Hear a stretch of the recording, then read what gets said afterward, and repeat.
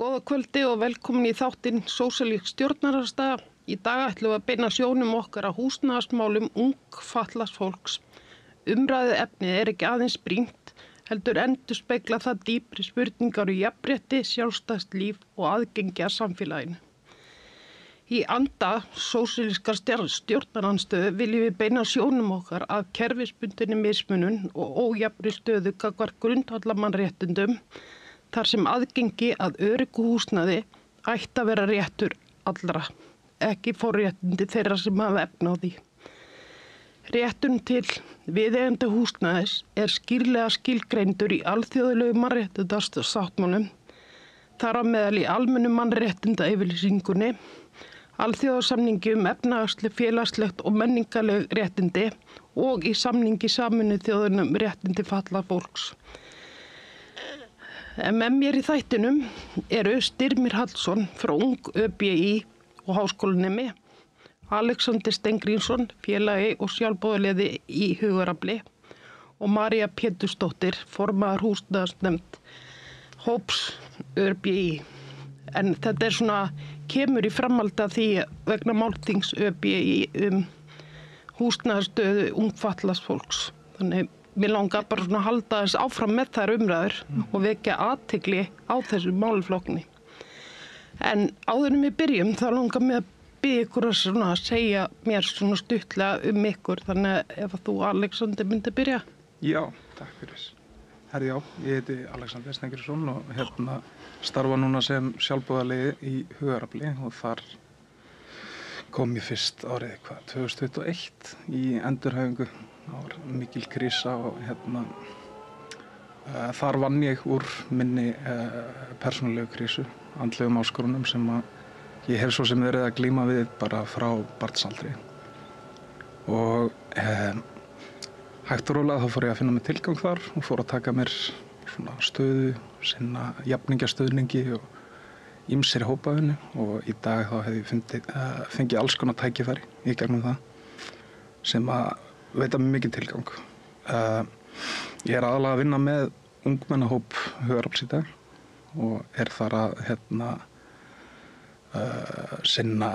halda utan hóp þar af fólki sem eiga það alls sameiginlegt að glíma við andlegar áskoranir. Og leið þá ég líka í námi núna hjá Yale, það leiðtoganám fyrir fólk með lifaða reynslu og í gegnum það ég að þróa nýsköpun hér á Íslandi sem ég get farið meira út í, við viljum það. Það var eitthvað meira sem þú vilt vita um mig. Nei, ekki þannig, Hugarafl líka hugmyndafræðin á bakvið, það valdefla fólk með andlegar áskoranir. Klárt mál, það eru tvær megin hugmyndafræðir sem við fylgjum og höfum fylgt alveg frá stofnun félagsins og það bata hugmyndafræðin og valdeflingin og það snerti svolítið inn á það sem ég var að tala um þarna líka. En já, bata hugmyndafræðin segir það einfaldlega að allar andlegar áskoranir eru eðlileg viðbrögð við óeðlilegum aðstæðum. Og það svolítið mantra sem ég fylgi í dag. Og sé það hjá svo mörgum að með þessu módeli hægt að ná bata af alls konar hlutum. Eitthvað sem geðlæknar myndu kannski greina hitt og þetta en svo lifir fólk bara fullkomlega eðlilegu lífi og þeir ganga þennan veg. Já, einmitt. En þú, Styrmir? Já, sæl. Takk fyrir gott boð.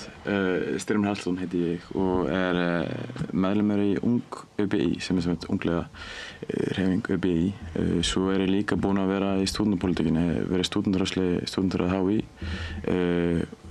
fyrir Röskvi og hef síðustu 3 ár líka verið í ráði málefni fatlaðs fólks í háskólanum.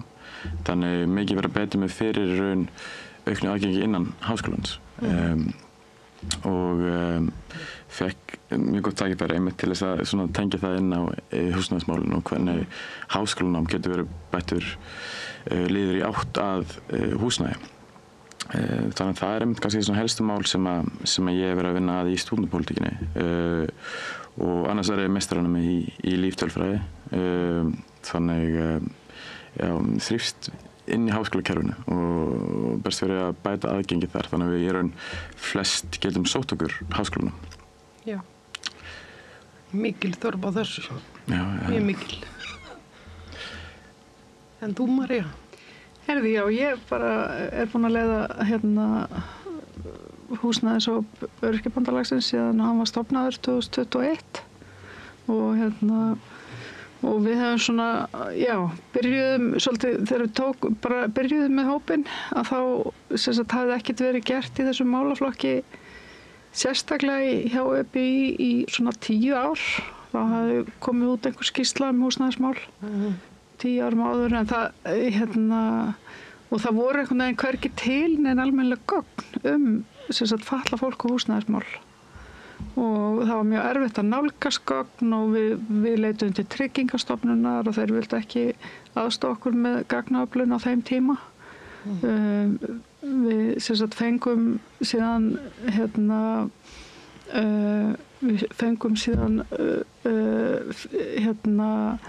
háskólan til þess að félagsvísindastofnun til þess að vinna fyrir okkur rannsókn á högum fatlaðs fólks á húsnæðismarkaði og búum ennþá að þeirri, hún er 2 ára gömul sú rannsókn og sem sagt við erum skýrslu í kjölfarið úr rannsókninni og við erum ennþá í rauninni bara að vinna með þau gögn og svo erum við líka bara að vinna að gagna það skiptir svo gríðarlega miklu máli að hafa gögnin. HMS er að gera alltaf einhverja kannanir reglulega og þeir eru ofta að spyrja eitthvað svona út í fatlað fólk en þetta eru svo yfirleitt svo litlir gagnagrunnar eða svo fáir sem eru spurðir að þetta í rauninni er ekkert svona valid gögn þannig lagað. Þannig að þó að viljinn sé til staðar að þá er umfangið ekki kannski nægilega mikið til þess að þetta séu bara nægilega valid gögn. En hins vegar það sem hefur gerst síðan, því að við höfum líka farið, sem sagt, bara tekið samtalið við Tryggingastofnun, við höfum tekið samtalið við Hagstofuna og það sem hefur verið að gerast síðan er það að Hagstofan hefur verið að sem sagt, bæta líka sinn gagnagrunn og í tengslum við það að samningur Sameinuðu þjóðanna um réttindi fatlaðs fólks verði hér sem sagt, lögfestur að þá verður í rauninni ríkið að sinna ákveðnum hlutum og meðal annars einhverju svona. Það verður að sinna eðlilegri gagnaöflun hagi fatlaðs fólks. Þannig að þá hefur líka verið að opnast einhverju gluggar í Hagstofunni. Og þannig að við höfum og Hagstofan var líka þessar stofnanir voru líka farnar að ræða við Tryggingastofnun og Tryggingastofnun er búin að opna fyrir líka að taka þátt í gagnaöflun fyrir öryrkjabandalagið síðan. Þannig að til dæmis var með ásamt varðagerði rannsókn fyrir ÖBÍ fyrir ári síðan held ég og það fór allt í gegnum Tryggingastofnun þannig að það er allt að opnast. En þetta var alveg 2021 bara ekkert til og allt ramlokað þannig að húsnæðishópurinn nú heldur betur búin að gera gagn. Já, við erum heldur betur búin að gera gagn á þessum tíma sem betur fer. En betur má duga skal og við viljum sjá í rauninni svona rannsókn eins og við gerðum þarna.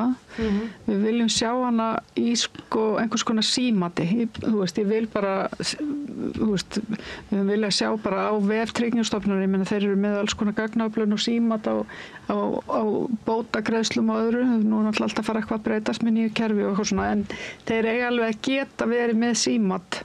Þeir eiga að geta sendt út spurningakannanir til fólks á örorkulífeyri og endurhæfingarlífeyri alltaf reglulega. Þeir eiga alveg að geta sendt símati. Þannig að við höldum áfram að berjast fyrir allavega svona hlutum í húsnæðisofnum og þangað til að þetta verður ekki komið þá gerum við okkar rannsóknir og bendum á hluti. En svo það sem að kom út úr okkar rannsókn og ég ætla kannski bara að byrja því Þórdís og þakka þér fyrir að halda áfram að fjalla um þetta mál og fá okkur hingað. Við vorum sem sagt með þetta málþing núna á miðvikudaginn fyrir tæpri viku og við þetta var málþing sem hét Þetta allt í vinnslu, málþing húsnæðistækifæri ungs fatlaðs fólks og það sem kom út úr rannsókninu okkar fyrir 2 árum var það að yngra fólk með fötlun, það hefur það verið heldur en eldra fólkið, það bara þannig og það skrifast að mestu leyti á það að flestir á örorkulífeyri sem hafa eignast húsnæði eignuðust það áður en þeir fötluðust og það náttúrulega ekki allir sem fæðast með fötlun. Þeir sem fæðast með fötlun hafa það skítt af því þeir ná aldrei einhverjum lífeyrisréttindum eða aldrei að vera kannski á vinnumarkaðnum í einhver tíma. Þannig þannig að fólk sem að fatlast ungt árum, það hefur það bara langverst og okkur langaði svolítið að draga upp bara þá staðreynd. Og svo líka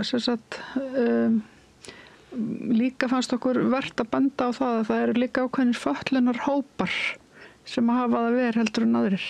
Já. Og það kannski einmitt, fólk sem að veikist þá jafnvel fyrr, fæðist með þroskahömlun eða einhverfu eða veikist ungt af einmitt einhverjum geðrænum áskorunum eða þannig að það eru svona þessir fötlunarhópar sem hafa að vera aðrir. Já.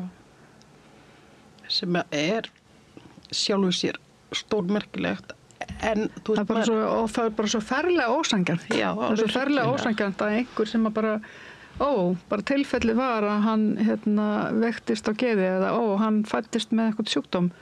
Þú veist, að þá bara svona þú getur aldrei eignast þetta eigið húsnæði. Já. Skilurðu? Þetta er ekki ásættanlegt. Og maður hefur líka alveg heyrt að svona, þú veist, að því ég er búin að vera í leigjendasamtökunum, þá heyrir maður alls konar sögur og það einmitt fólk sem eru á örorkunni sem að lendir mikið í því að það að sækjum íbúðir og svo kemur allt innu nú ertu á örorku, ég get ekki leittir. Þú veist, þetta er náttúrulega hryllilega og ósanngjarnt. Við þurfum líka að þakka yfir höfuðið. Já, en það sem svo skrítið við það einmitt líka, að því varandi fordómana einmitt sem líka við varum fyrir bara út á leigumarkanum, eins og segir, að þá það samt svo skrítið vegna þess að sá sem er á örorku, hann sko með yfirleitt með tryggar tekjur alveg lónadón. Þannig að hann ætti að vera mjög góður leigjandi upp á það að gera sko. Já. Vissulega ekki háar tekjur en þær eru öruggar og við skiljum alveg mikilvægi þess að vera með þak yfir höfuðið og leigan gengur fyrir. Þannig að þetta er mjög ósanngjarnt sko. En svo eru alls konar hlutir eins og bara, þú veist, við þurfum stundum stærri íbúðir, við þurfum stundum nýrri íbúðir, við þurfum stundum að tryggja það íbúðin að þessi gott loft í íbúðinni, góð loftræsting, við þurfum að tryggja það að þessi pláss fyrir hjálpartæki. Við þurfum alltaf aðgengi, þannig að þú veist, við getum þurft íbúð í lyftuhúsnæði eða þú veist, það er svo margt svona sem að fólk áttar sig ekki á sko. Þannig að við getum ekki heldur kannski endilega keypt ódýrustu minnstu íbúðina ef við ætlum að kaupa okkur íbúð eða ef við ætlum að leigja. Þannig að oft er líka dýrara og það svona gleymist ofta að það getur oft verið dýrara að vera fatlaður, að vera með fatlun. Af því þú þarft bara að leggja út í mikið meiri kostnað. Já. Oft á tíðum. Já. En það orðið svona, það komið að því að tryggja réttindi fatlað fólks víða og það náttúrulega kemur með þessum samningi sem á lögleiða. Inga talaði mögulega myndi það vera bara núna fyrir sumarið, vonandi stendst það bara og bara mikilvægt að þetta sé ekki lengur bara skráða blað heldur sé bara virt í verki sko. En svona ykkar reynsla af húsnæðismarkaðnum? Þú byrjaði? Já, sko, nú bý ég heimahúsi hjá foreldrum mínum og kannski lít á einmitt íbúðamarkaðinn frá svona kvíði þess ekki beint, en ég hlakka ekki til þess að þurfa að vera aktífri leit að húsnæði. Og maður sér einmitt, þess að þú nefnir með að það þarf að vera, þegar maður getur ekki bara keypt sér hvaða íbúð sem hún þarf að vera aðgengileg, hún þarf að vera sérsniðin að bara ákveðnum þörfum, þarf að vera raun aðgengileg og þá veit maður ekkert hvert maður getur fæðist, hversu mikið úrval í boði, hversu mikið fjármagn maður þarf að leggja út, hvort þessi mikið dýrari íbúð ekki. Þannig í raun þá blasir þetta við mann að maður þurfi raun að safna tiltölulega miklu fjármagni til þess að geta einmitt farið í þessa leit. Og þá einmitt eins og kannski eftir að það kannski áskorun fyrir fatlað fólk að vera að ná að safna einhverju miklu fjármagni upp í íbúð. Þannig að þetta einmitt kannski svona í raun vandamál sem ekki bara húsnæðurinn einn og sér. Þetta í raun allt kerfið. Það þarf að gera fólkinu kleift að maður getur farið að vinna. Það þurfa að vera möguleikar til þess og það þurfa að vera möguleikar til þess að afla sér tekna. En óháð því, og eins og ef maður öryrki, þá það þarf að vera hægt að geta í raun stemt, það þarf að vera raunhæft að geta unnið að því að geta keypt sér eigið húsnæði. En eins og ég líti á þetta núna, þá þetta svona smá seinni tíma vandamál. En við bara vonum það besta, sko, vonum við þetta kannski að með þessu sem að ríkisstjórnin virðist vera að reyna að koma í gegn, að það hjálpa einmitt ungu fólki, ungu fötlu fólk á húsnæðismarkaðnum. Þannig að þetta eru raun spennandi tímar framöndan. Já. Sko, reynslan mín á húsnæðismarkaðnum, það hefur aldrei verið raunhæft fyrir mig að vera að fara að safna mig fyrir íbúð. Og ég hef bara verið á leigumarkaðinu frá 19 ára aldri. Þá var ég nú samt ekki búin að veikjast jafn mikið og þegar það var sem verst. En eftir að það gerðist þá flutti ég alls 4 sinnum og þurfti í rauninni svolítið bara að bjarga mig með alls konar brellum, við viljum kalla það, leigja á svörtu markaði eða þá að koma mér inn hjá byggingafélagi námsmanna með því að vera á náttúrufræðibraut í tækniskólanum. Náði einhvern veginn að smeygja mér þangað en það hefur aldrei einhvern veginn staðið til að ég geti farið að safna mig fyrir einhverju íbúð og það hefur alltaf verið bara einhverjir svona stúdíókjallarar eða hvað það er. En ég er náttúrulega heppinn á því leyti að ég þarf ekki neinar svona sér aðgengilegar íbúðir. En það hefði verið fínt að vera með uppþvottavél þegar maður átti erfitt með að koma sér upp úr rúmi. Það hefði alveg hjálpað til og það að vera með pláss til þess að geta skreytt og haft notalegt hjá sér. Það er erfitt þegar maður býr í 10-15 fermetra kjallara. Já, en ég sé samt alveg fram á núna svona þegar mestu veikindin eru handaði baki sé ég alveg fram á að geta farið að vinna því að eignast eigin hús. Það er alls ekki í nær framtíð. Getur skipt máli eða ekki fyrir fólk með geran áskoranir að vera til dæmis ekki í of dimmu húsnæði? Jú, að það sé bjart, sko, þú sért ekki endilega niður grafin í kjallara eða? Og svo náttúrulega umhverfis sálfræðin spilar mikið inn. Ég meina fyrsta íbúðin sem ég flutti í var í iðnaðarhverfi fyrir ofan lakkverkstæði upp á Völlunum. Ég tel það nú ekki vera mjög hvetjandi til betri geðheilsu. En ég var að redda mér. Það þurfti bara að redda sér. Og það hefur einhvern veginn verið svona þemað bara á markaðnum og sérstaklega eftir að hafa veikst og verið í endurhæfingu, vera á tímabundinni örorku.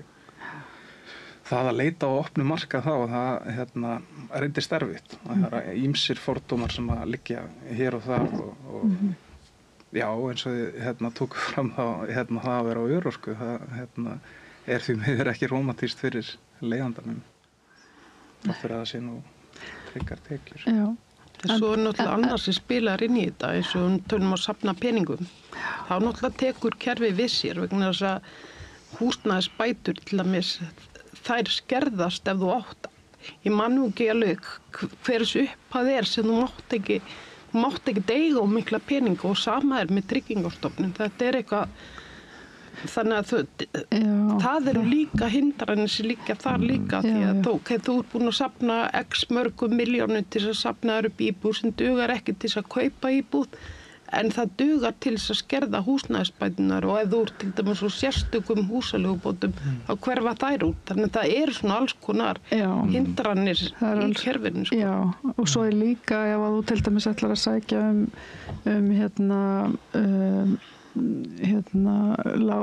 þú ætlar að sækja hvað heitir þetta sértæki lánaflokkurinn okkar Sértæku húsaleigubætur? Nei, húsnæðislánin Hlutdeildarlánin, Já, þú ætlar að sækja hlutdeildarlán sem átti nú upphæðlega að vera fyrir einmitt tekjulága bara, ungt fólk og tekjulága en eru það ekki í praxis. Við höfum nú alveg margótt reiknað út mér og upp í þetta er fyrir svona, þetta hendar ágætlega fyrir fólk í svona kannski í kringum 5. tekjubilinu en við erum yfirleitt í kringum 3. tekjubilið eða eitthvað svoleiðis, þannig að þetta hendar okkur ekki. Þannig að en svo er það þannig með líka, og það var allavega þannig upphafi með, ég veit ekki hvort það er eitthvað búið að breyta því með hlutdeildarlánin, að þú til dæmis ef þú varst með einhvern sjóð sem þú varst að safnaði fyrir sér útbúnum bíl eða eitthvað svoleiðis, að þá máttur ekkert eiga þann sjóð, það þurfti að ganga upp í íbúðina allt sem þú áttir. Þannig að það er einhvern veginn alltaf, kerfið hefur alltaf miðað að því að allt sem þú átt, þú þarft að éta það upp á einhvern hátt. Já. Þannig að þú getur aldrei verið að safna þér einhvern pening og ætla að gera eitthvað. Þú þarft alltaf að nota hann í það. Og sama með bara, að þú færð í rauninni ekkert ef þú átt peninga. Þá þarftu bara að sko að éta það upp fyrst. Já. Þannig að þú mátt aldrei eiga neina eign. Þannig að þetta er, og svo er náttúrulega bara einmitt á sama tíma nær ókleift fyrir fólk á svona lágum tekjum að safna sér fyrir einhver útborgun eins og þú kemur inn á. Það er bara, og það er helst ef að fólk sko á góða af eða foreldra til aðstofa, það er ekkert allir sem hafa það. Þannig að þetta er, en svo er náttúrulega þannig í samningnum að og það er þannig líka í lögum, sveitarstjórnarlögum manna og það eiga að vera til húsnæðiskerfi sem aðstofa fatlað fólk. Og ég hef mestar áhyggjur af því með samningin að þrátt fyrir að hann verði lögfestur og allt það, að þá verði í praxis ennþá einhverjar hömlur á því að staði verði við hlutina. Af því við veitum að það er alveg þannig nú þegar varðandi sveitarstjórnarlögin og að það er ofta ekkert verið að standa við eitthvað sem stendur í þeim lögum. Og það verður og fólk getur þurft að fara þessa lagalegu leið og kæra sig í gegnum hluti og halda út í málaferlum í langan tíma til þess að fá sitt í gegn sko.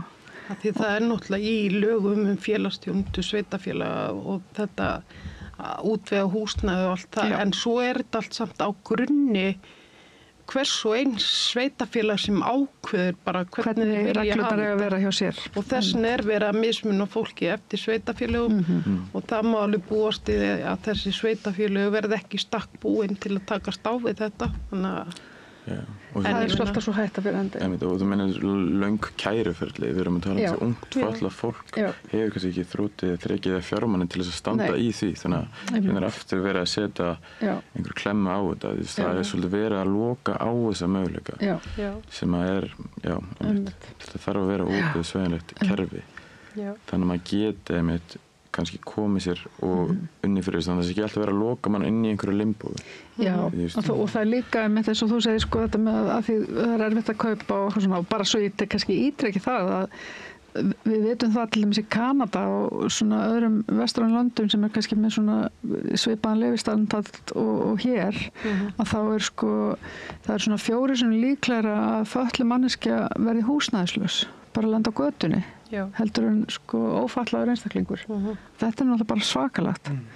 Og við vitum það bara í vorteiminu hjá Reykjavíkurborg það sem að fólk er með fjölþættan vanda og annað. Ég meina þar eru mjög margir með fötlun og ef það er ekki sko fyrir utan það að við getum líka velti fyrir okkur hvort að bara það að vera með áfengis- og vímuefnavanda sé ekki einhvers konar fötlun.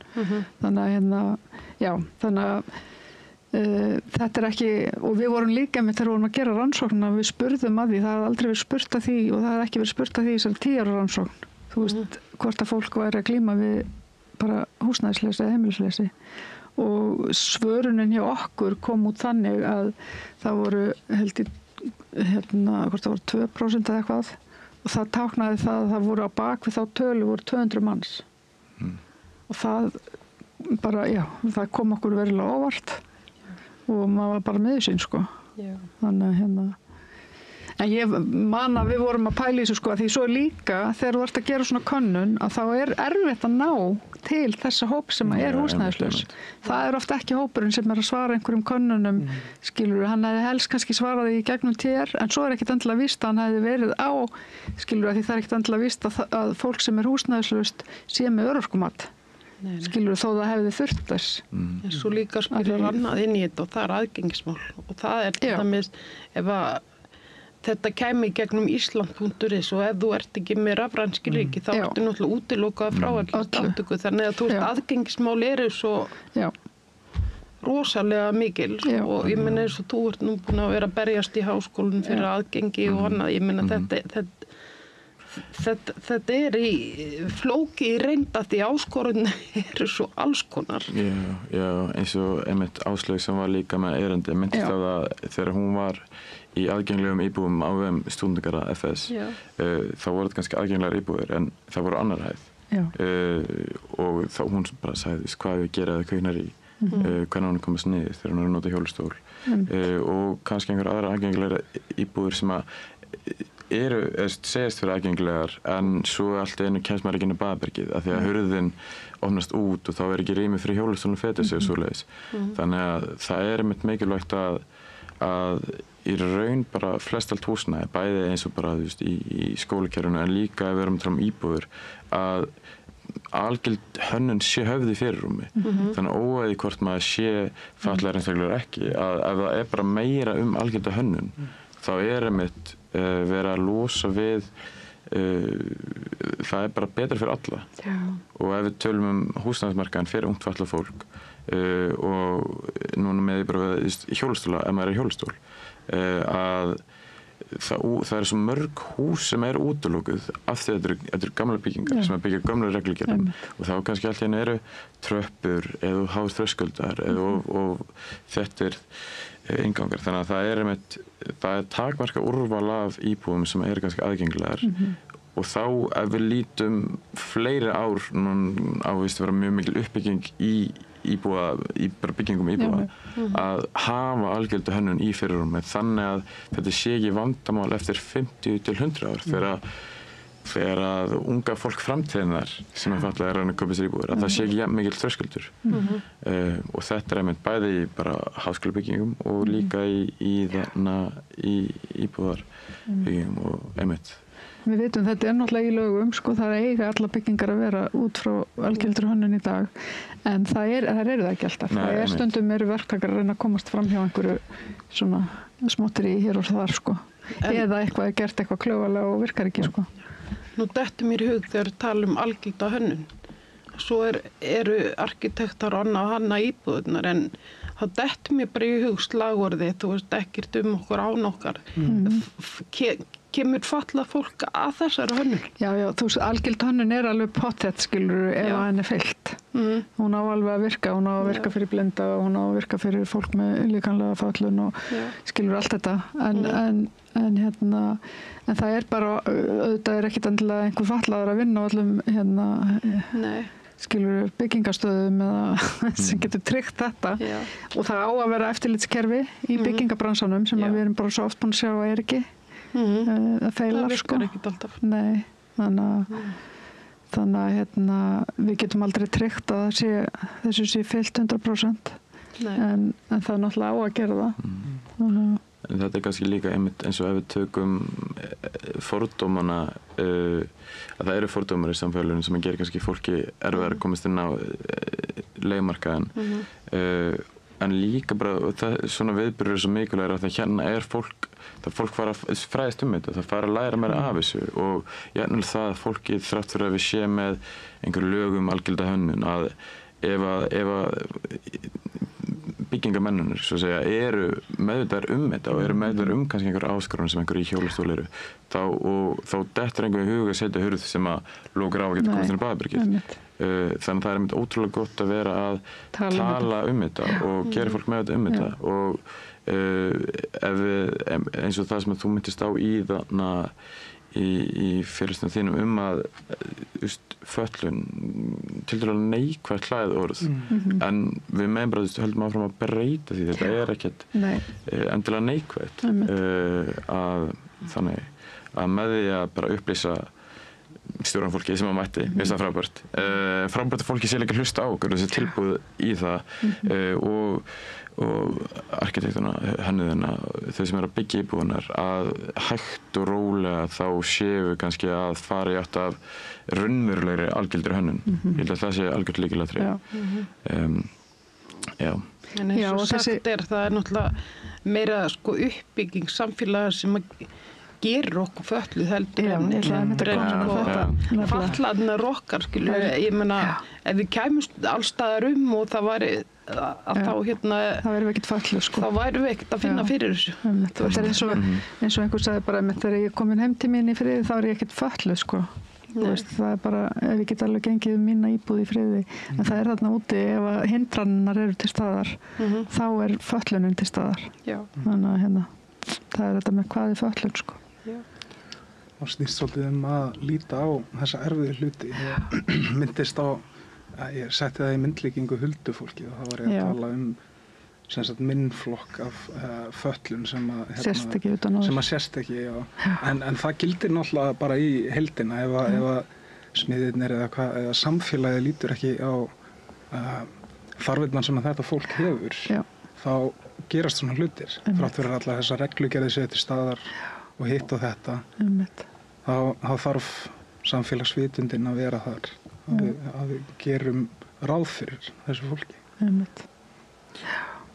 Akkurát. Það er nefnilega þessu ósýnilegu fatlanir sem eru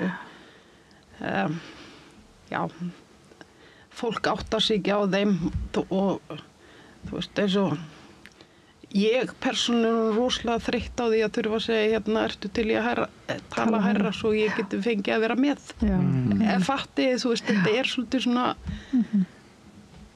en hvernig breytir maður þessu, þetta er svona stöðugt örárundi einhvern veginn svona, þú veist, sífellt verið að minna mann á að þú ert ekki, þú veist. Þú getur ekki alveg verið með affyllilega í okkar leikriti. Þetta er svolítið svona.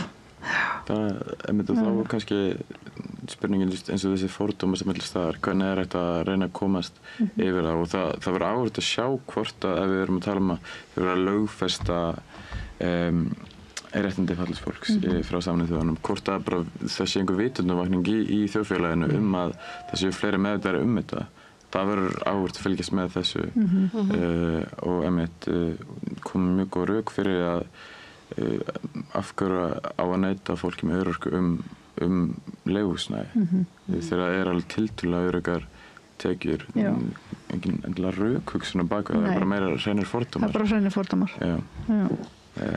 Þannig að þetta er en svo er líka þú veist ég held líka bara þú veist eins og með félagslegt húsnæði og annað ég held að það er allt og strangar líka það bara fyrir mína part allavega og okkur í húsnæðarshópnum við viljum bara sjá meira af félagslegu húsnæði alltaf rosalega lítið byggt í sumum sveitarfélögum sem eru bara eins og Garðabæir og Seltjarnarnes er svo með eitthvað alveg örbrot maður Reykjavík kannski 5% og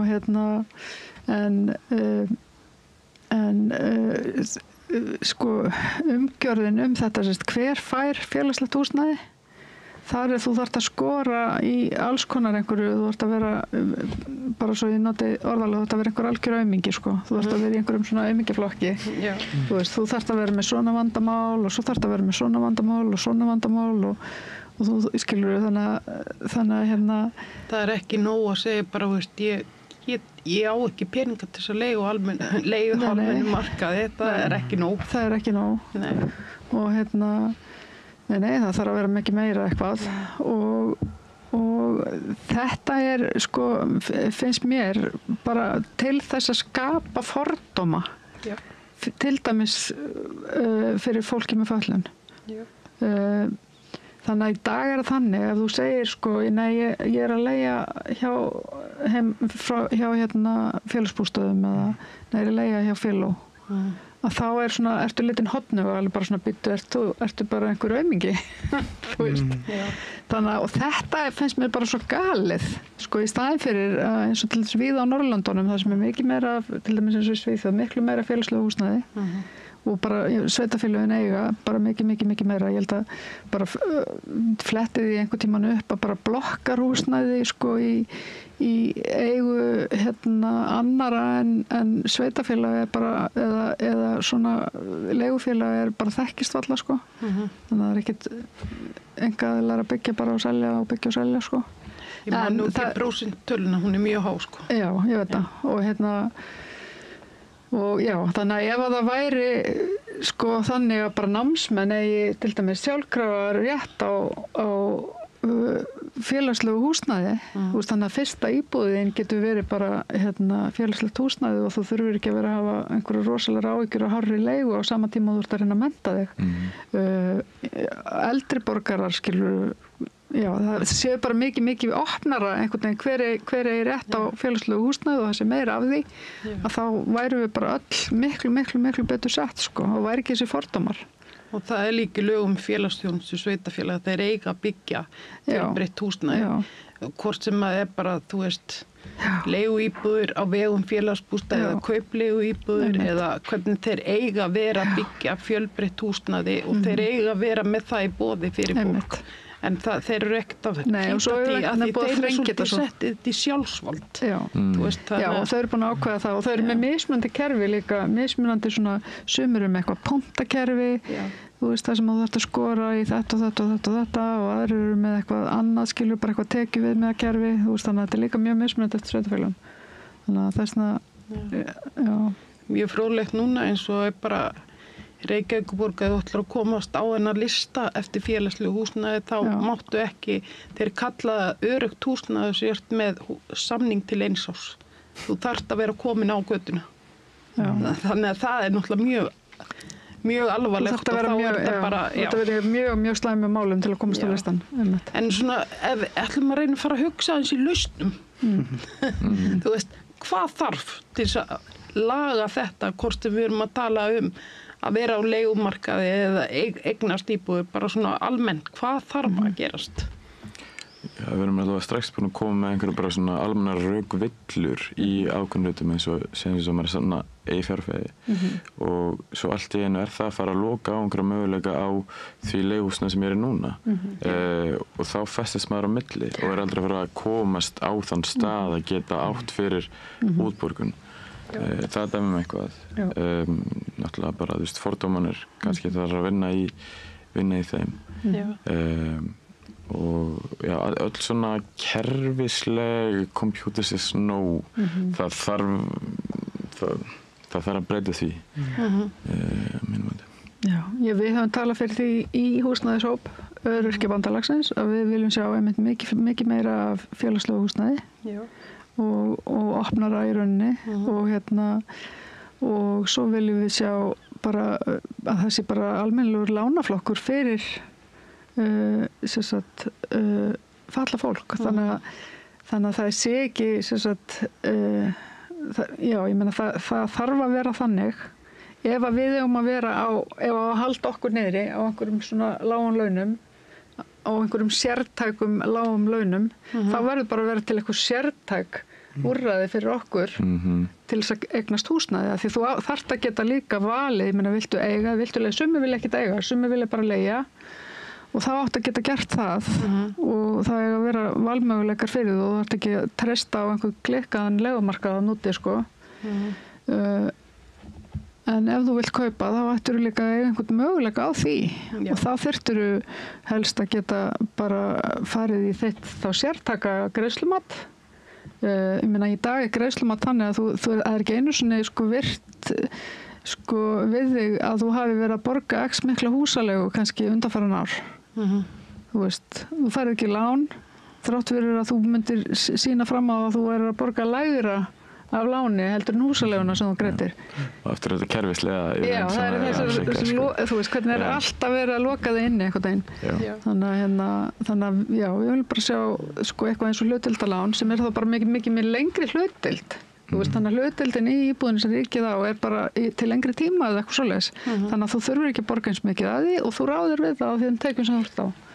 Þannig að eins og einmitt kannski það sem ég þetta mitt á einmitt þarna málþinginu, það var svolítið kannski þessa vegferð og fatlað fólk er bara fjölbreytt, þannig að það er ólík vegferð í hvað skipti en eins og svona kannski hjá mér, kannski mín saga er þetta svolítið að maður lendir einhverjum taugasjúkdómi og þá er maður ekkert á leiðinni inn á húsnæðis, þá er ég ekkert að pæla í húsnæðismarkaðnum. Þegar ég er að drepast úr sársauka á bráðamóttökunni, þá er ég ekkert að pæla í hvort ég geti keypt mér hús í næstu viku eða svoleiðis. Og þá þarf þetta einmitt bara heilbrigðiskerfið að geta tekið á móti fólkinu og maður þarf að geta fengið í raun bara meðferð þar og hún er bara ólík hvort sem það sé bara læknismeðferð eða sjúkraþjálfun, félagsráðgjöf og svo ef maður kemst áfram þá þarf bara félagslega stuðningurinn að vera það þarf að vera mikil góður og ég tók það svolítið úr líka hinum erindunum var að stoppa svolítið þar og eins og þau myndist bæði held ég á það að tekið cirka 5 ár. Það var nefnt nokkuð ofta tók 5 ár að fá NPA sem bara allt og langur tími og NPA er í raun fyrir þau sem þurfa á því að halda þá er það algjört bara í raun lykilatriði í átt að sjálfstæða lífi þannig í raun hvar er þetta stoppað þar í þannig að kannski eru sveitarfélögin ekki með nóg bara mannafl til þess að sinna því eða kannski ekki nóg fjármagn. Ríkið er ekki að setja nóg mikið fjármagn. Einmitt og það leið og verður komið meiri stuðning við það ferli þá er kannski hægt að koma ef það er hægt bara út frá bara ólíka aðstæðum eins og í mínu tilfelli þegar maður fékk aukinn stuðning þá er kannski hægt að komast inn í háskólakerfið og ég sem hjólastólanotkandi þá er líkamleg vinna útilokuð og oft er það eftir störf þar sem að það er þörf á háskólamenntun og þá þarf háskólakerfið að vera aðgengilegt og ef að háskólakerfið er aðgengilegt þá er maður kannski komið út í atvinnumarkaðinn og það eru fordómar í atvinnumarkaðnum og ef maður kemst við það þá getum við byrjað að tala húsnæðislán og íbúðina sjálfar þannig að það er í raun þá er þetta er ekki bara vandamál hérna við þurfum að vera bara með samfélag sem styður við fólkið yfir bara lengri tíma yfir lengri vegferð á sviðum og ég held að ef það er hægt að gera fólki styðja meira við það þannig að það getur fengið NPA eða þann félagslega stuðning sem þau þurfa og getur fara að gera meira, stjórna meira hvað þau gera sjálf þá eru kannski fleiri að komast inn á húsnæðismarkaðinn yfir eftir lengri tíma þannig, já. Ég held kannski að fyrir að grípa með þetta með NPA og þennan biðlista og þessa biðlista sem eru líka svo mikið vandamál í kerfinu og geta verið út af greiningaleysi, út af læknaleysi eða hinn og þessu. En eins og með söguna Sveinbjörns sem hann er að tala þarna, hann er í svona búsetu úrræði sem að mér fannst þetta svo merkilegt sem hann talaði að hann var of virkur til þess að fungera í svona sameiginlegu búsetu úrræði að því hann fékk ekki til dæmis næga akstursþjónustu eða þú veist að þeir eru skamta líka þú ferð inn í eitthvað úrræði og náttúrulega svo eru ungt fólk sem er líka bara sett inn á hjúkrunarheimili með þessa þá missur þú einhvern veginn öll réttindi þú fær ekki einu svona sjúkraþjálfun sko þannig að það er bara sviptur öllu samkvæmt lögum eða reglum til dæmis Reykjavíkurborgar og sveitafélaga þá þarftu að vera í þínu eigin húsnæði til þess að eiga rétt á akstursstjórn þetta er nefnilega svona fram og tilbaka þannig að þú er komin í hjúkrunarheimili þá þú ekkert að vera að fara í leikhús eða heimsíkja og það er náttúrulega bara einhver sem eitir undir þessa fordóma þannig að bara vera að trúa og kannski þetta huldu fólk á systematískir fordómar sko og Já, og þú þarft ekki að vera eitthvað mikið virkur í rauninni til þess að vera þá orðinni mitt of virkur til að búa með öðru fólki í einhverju svona. Það náttúrulega fáránlegt. Þetta að vera plattform til þess að auka virkni. Og það að fólk fari að sína bata, hvað segir ég? Ég er einmitt mjög forvitin að vita hvað lausnir þú sér. Sko, ég væri til í að sjá búsetu úrræði tengt bataúrræði og þú væri bara... Já, þú talaði þetta. Ég talaði það, já. Það er úrræði þarna sem ég leit upp til út á Ítalíu. Þar er samfélagið svolítið að taka utan þá sem að hafa dottið úr samfélaginu og styðja sko, innan úrræðisins tímabundið til þess að koma þeim síðan aftur á fætur. Ég vil segja það og mér finnst að öll þessi úrræði ættu að vera hvetjandi til þess að efla manneskjuna sem er að sækja úrræðin. Hvort sem það sé styrkur í hitt eða þetta eða niðurgreitt húsnæði en fyrst og fremst það þarf bara að vera með þetta öryggi. Ef þú ert alltaf í survival gírnum að þetta er hér og þar þá er svolítið erfitt að blómstra. Já, nákvæmlega. En það væri rosalega skemmtilegt að sjá allavega einhvers konar niðurgreitt húsnæði fyrir þá sem eru í endurhæfingu til að minna, eða bara þá sem að glíma við andlegar áskoranir. Sá flokkur virðist einhvern veginn ekki vera gripinn af þessu. Þetta eru húsalegu bæturnar og sérstöku húsalegu bæturnar. Það er stiðið á opnum markaði. En við höfum ekki stjórn á honum. Og hann getur þá bara ítt þessum hópi lengur út í hotn ég get einmitt alveg þetta, ég get til dæmis alveg sér svona fyrirkomulag eins og Ás í Hveragerði sem að það væri hægt að útfæra þetta svona, þú veist, ég veit ekki hvort það hefði komið ángað, en þetta er svona alveg bara svona fullt af litlum húsum sem að fólk, ég sé alveg fyrir mig þarna getur fólk bara búið sjálfstætt. Skilur það, þú veist, þarna er þjónusta á svæðinu sem að væri þá hægt að hanna einmitt í kringum fólk sem að er að glíma við andlegar áskorunir. Ég meina, bara líður mjög illa í dag og þá bara er haldið aðeins betur utan þig, skilur, þau hjálpa fólki á stað, en það er samt í svona sjálfstætt í litlum húsum. En svo er náttúrulega samt stefna í dag að þú plantar ekki fullt af fölluðu fólki á sama staðin. Nei. En þú veist, en skilur, það var hægt að útfæra þetta miklu betur, eða þau skilur, eða þetta er svona kannski grunnur að eitthvað sem að væri hægt að gera. Ég sé fyrir mér að, þú veist, í þessu úrræði sem að ég verið að hugsa mér að þar getur fólk verið að fá stuðning það til dæmis bara að halda heimili og í þessum aðstæðum það er alveg sérstakt vandamál að gera það þegar þú ert að glíma við mikla þunglindi eða svo og ráð sem þú getur fengið frá þeim sem kannast við það þessi hlutir sem aðrir kannski sjá ekki eins og með hurðina inn á baðherberginu sem við tala það eru svona nákvæm smáatriði tæknilega hlutir en það er náttúrulega líka nefnilega einmitt sko, í rauninni þetta verið fyrsta sem að skipti máli þegar þú leitar á geðdeild eða eitthvað svoleiðis að það er í rauninni eða til geðlæknis eða eitthvað svoleiðis það er bara að byrja hvernig er fjárhagurinn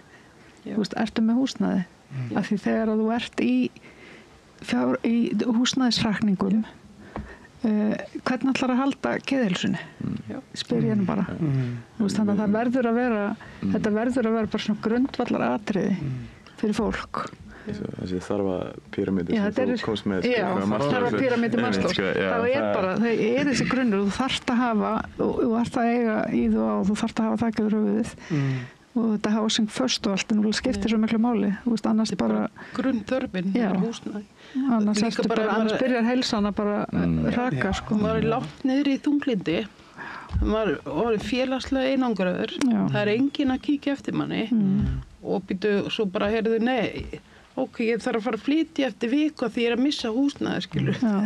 Býtu, hvernig virkar það fyrir mannesku sem er bara í dýpsta þunglindi, þú veist, kemst alltaf fram úr á fætina á morgnana, skilur, þú veist, þetta er svona, þannig þetta er alveg rétt.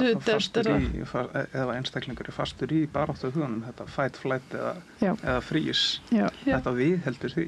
Já. Og ef að við myndum fjárfesta aðeins meira í öryggi hjá þessu fólki, þá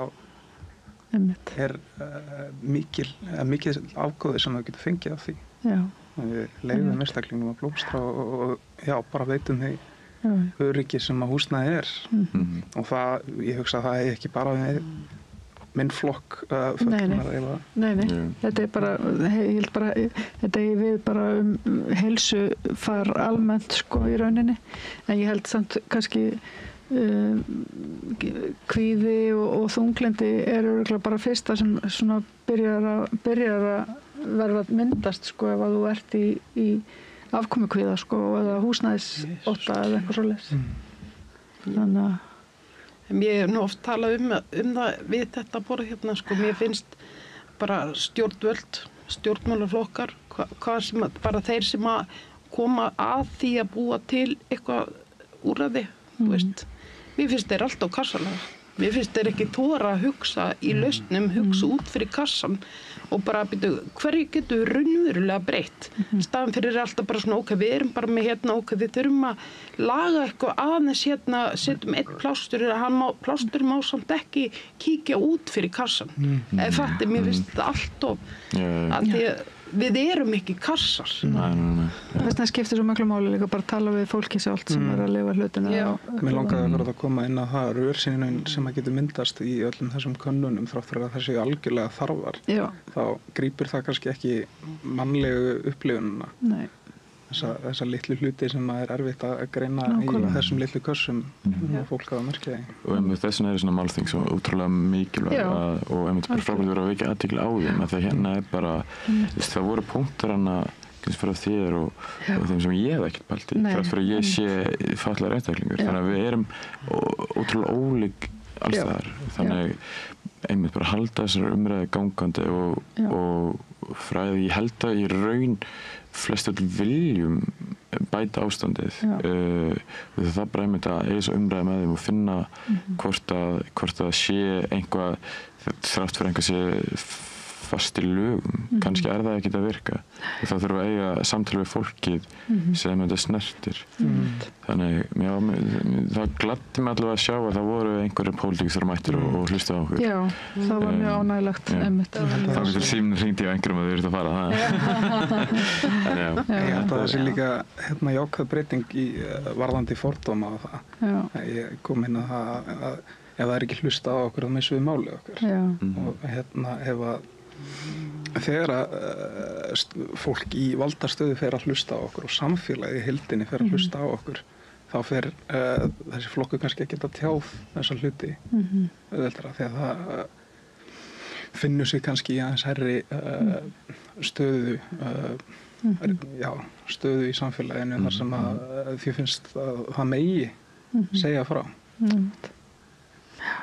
En svo er líka svo sorglegt einhvern veginn að vita til þess líka að þú veist það voru til kerfi hérna fyrir einhverjum áratugum sem að fungeruðu vel fyrir þennan hóp líka eins og bara verkamannabústaðakerfið og eitthvað svona.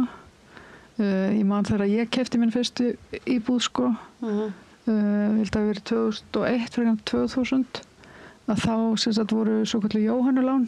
Þú veist, þá náði ég og fekk í rauninni herralána því ég var einsta móðir.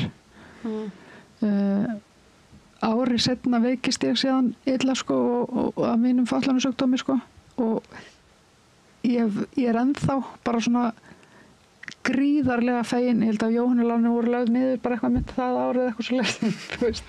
Þannig að ég hefði ekki getað keypt.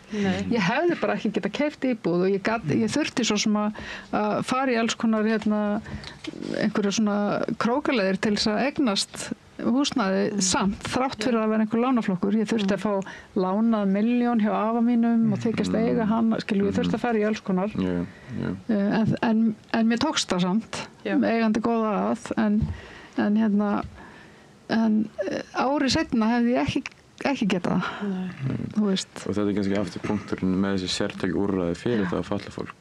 Sértæk lánúrræði fyrir falla. Það sem kerfið sýnar kannski meira skilning. En það einmitt spurning hvernig maður fer inn í bankana og ég veit ekki hversu margir bankamenn mættu hana viðburð, en við skulum bjóða þeim næst. Ég held að það væri mjög einmitt, sko, mjög forvitnilegt að fá þá líka, sko. Ég hef verið að svolítið með að spyrjast fyrir, sko, þú veist, inn í kerfinu, sko, hvernig eigum við að targetera til þess að fá Seðlabankann?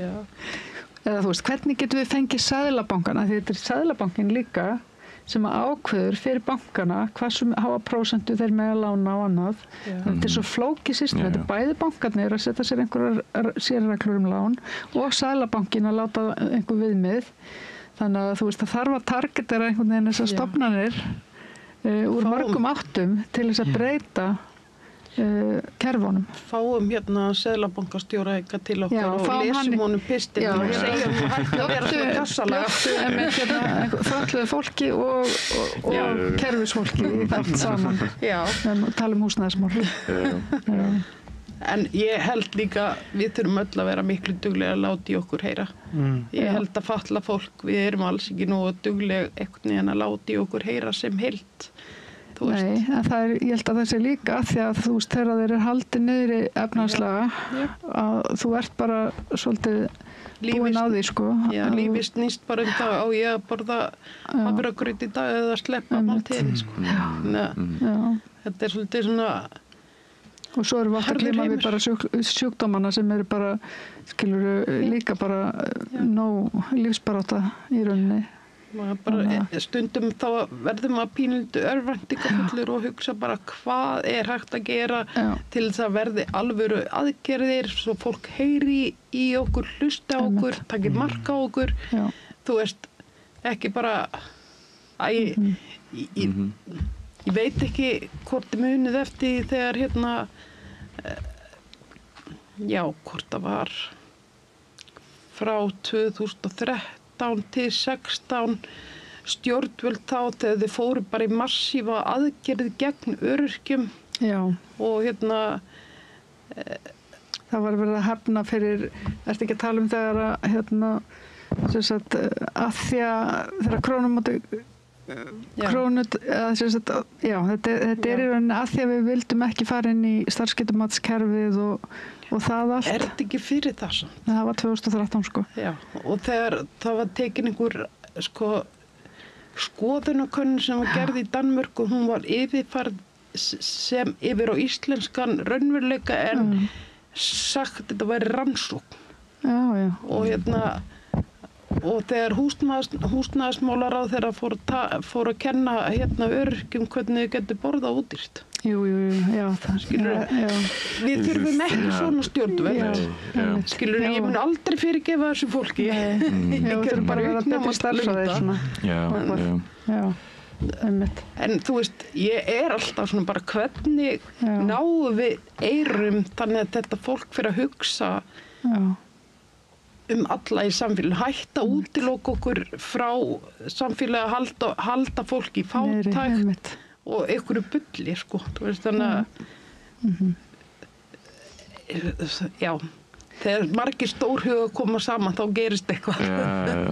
Algjörlega, en ég held að þetta sé til dæmis svona viðburður, það er allavega einhvað, það er einhvað og umræða þetta og svo er maður að sjá ef við bara tökum til dæmis þannig bara húsnæðishóp sem að 2021 og svo er heldur ekki búin að gera síðan þá það búið að reyna að ná einhverjum gögnum og halda því áfram á ólíkum sviðum, ekkert endilega bara húsnæðismálum heldur í raun það er mikilvægt að þá er þetta ýta undir og byggja upp og koma þessum kannski svona upplifunum og sjónarmiðum á framfæri og skapa kannski samfélag það sem að falla fólk þorir að tjá sig. Ég held að það sé ótrúlega mikilvægt. Við erum að sjá líka árangur af því eins og til dæmis bara með eitt af okkar svona stefnumálum hjá hópnum hefur verið að það verði til sjóður fyrir fatlað fólk til þess að gera endurbætur á húsnæðinu sínu þegar ef fatlun eykst eða eitthvað svoleiðis. Eða þú veist, þú þarft að fá þér hjólastólalyftu eða setja upp handrið eða gera eitthvað breytingar eða breyta baðinu hjá þér eða eitthvað svoleiðis. Þetta hefur hvergi verið neitt sjóður til. Nú er þetta komið inn í ríkisstjórnarsáttmálann núna. sennilega gegnum flokk fólksins eða eitthvað svoleiðis. Þetta er risastórt réttlætismál. Þetta er risastórt réttlætismál, en við höfum ennþá eftir að sjá þetta verða veruleika. Þetta er ekki ennþá, held ég, komið á koppinn ennþá, en þetta er í ríkisstjórnarsáttmálanum. Þannig að það er risa afrek út af fyrir sig. Þannig, og svo líka svona kannski smá grín, en hérna, þannig ef við veikjumst að þunglynd og annað, þá fáum við pening úr þessu sjóð til að geta brotið gat á glugganum og fengið meiri sólskini. Meiri birti. Eða fjárfesti svona lömpum og svona synthetískum. Nei, þetta var nú bara létt. Já. En þátturinn er alveg að vera búinn, þannig að það er eitthvað sem að þið viljið segja áður en að við ljúkum þessu, þá bara tækifærið. Mér langaði kannski að stökkva svolítið inn á varðandi alla þessa fordóma og svoleiðis. Ég birti það nú þarna á þessum málþingi hvað þetta er flókið en samt rannsækjamál. Að uppsetning fordómanna byggist bæði í kerfisbundnum fordómum og svo samfélagslegum og einstaklings svona internalized, ég veit ekki hver góð þýðing það er. En þetta ávist alltaf réttast ef að kerfisbundnu fordómanir eru ekki til staðar. Ef við erum að halda utanum allt fólkið, kerfislega séð, þá réttist báturinn, það réttist að búin. Samfélagslegu fordómanir skána. Og einstaklingurinn hættir að niðurna sjálfan sig út af umhverfinu sem hann býr í og fær röddina sín aftur. Þetta er frábær punktur. Og eins og þessi skilgreining sem við myndist á með að við erum fötluð af því að samfélagið er bara í ákveðnum römmum. Það er bara mikilvægt. Líka fínt taka þetta með að pæla hans í því, í raun. En mér finnst einmitt þessi félagslega stuðningur á ólíkum sviðum og í ólíku kerfum ótrúlega mikilvægur í þessu. Og svo þarf bara fólk með ótrúlega mikið drifkraft sem einmitt bara brennur fyrir þessu til að vekja athygli á þessum málum. Þannig að þetta er mikilvægt málunni. Ég bara mér langar bara að taka undir þetta allt saman og ég held bara að það skiptir gríðarlega miklu máli að tala um þetta og einhvern veginn þannig að fólk átti sig á líka og þeir sem stjórna samfélaginu að þeir ráðamenn átti sig á því að samfélagi græðir ekki á því að halda þessum hóp niðri. Það er bara tap. Amen fyrir því. Já. Stórgræði bara á því að leyfa honum að blómstra. Ég held að hann myndi stórgræða á því að leyfa honum að blómstra. Og við þurfum bara að halda áfram að vera að benda á þetta. Já, algjörlega. Þannig að og sama með bara fordómana einmitt í samfélaginu líka að alveg eins og þú kemur inn á að ef að við leysum kerfislega fordómana þá leysast hinir fordómanir. Þetta er svo ótrúlega merkilegur punktur nefnilega. Að því ég held líka bara að þetta sama á við þetta yfirfærist held ég á svo margt annað í bara okkar baráttu. Bara algjörlega. En þannig að nú ætla ég bara loka þættinum en með að segja réttur til sjálfstæðs lífs er ekki spurning um hagkvæmni, hann er mannréttindi. Þessi þáttur sýnir að við höfum bæði raddirnar og lausnirnar en það vantar pólitíska ábyrgð og forgangsröðun. Í sósíalísku ljósi sjáum við húsnæðismál ekki sem einkamál heldur sem samfélagslegt verkefni. Það er hlutverk ríkisins og sveitarfélaga að tryggja allir óháð getu eða fjárhag hafi aðgang á öruggu og viðeigandi húsnæði. Það er ekki nóg að ræða réttindi, þau þurfa að vera fjármögnun og framkvæmt með jöfnið að leiðarljósi. En í þættinum í dag höfum við heyrt reynslusögur og greining og stöðu sem ætti aldrei að við ættum ekki að þurfa að ræða að 9 ári. Bjartsýn, já. En bara kæra þakkir til Styrmi Hallsson, Alexander Stengrísson og Maríu Pétursdóttir fyrir að mæta og taka þátt í góðum þætti. Og sérstaklega þakkir til upptökustjórinn okkar, Laufey Linda Ólafsdóttir, fyrir að taka upp þáttinn og senda út. En hlusta má á þáttinn á YouTube, spilarinn.is, Sjónvarp Símann og Taka 5 á fjárstýringunni, samstöðin.is og öllum helstu hlaðarsveitum. Takk fyrir að hlusta og fylgjast með. Við höldum áfram í baráttunni í nafni